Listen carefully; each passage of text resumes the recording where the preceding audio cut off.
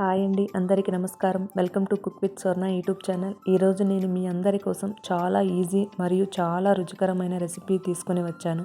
ఈ రెసిపీ దోశలోకైనా ఇడ్లీలోకైనా చాలా బాగుంటుంది.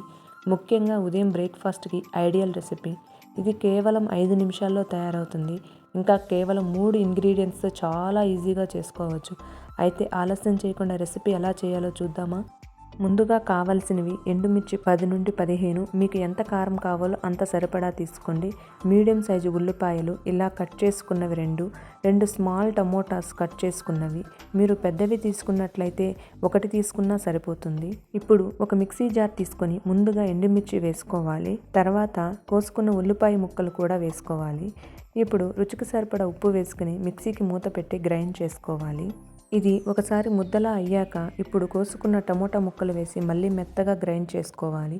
అంతే, ఎంతో సింపుల్గా ఎంతో టేస్టీగా ఉండే ఎర్రకారం చట్నీ రెడీ అయిపోతుంది. ఈ ఎర్రకారంని వేడి వేడి దోశలోకి లేదా ఇడ్లీలోకి వేసుకొని తింటే చాలా రుచిగా ఉంటుంది. మీరు కూడా ఒకసారి తప్పకుండా ట్రై చేసి చూడండి. ట్రై చేసి ఎలా వచ్చిందో కమెంట్ బాక్స్లో తప్పకుండా తెలియజేయండి. వీడియో నచ్చితే లైక్ చేయండి, మీ ఫ్రెండ్స్ అండ్ ఫ్యామిలీతో షేర్ చేయండి. ఇంకా ఇలాంటి సింపుల్ అండ్ టేస్టీ రెసిపీస్ కోసం మా ఛానల్ని సబ్స్క్రైబ్ చేయండి ఫ్రెండ్స్.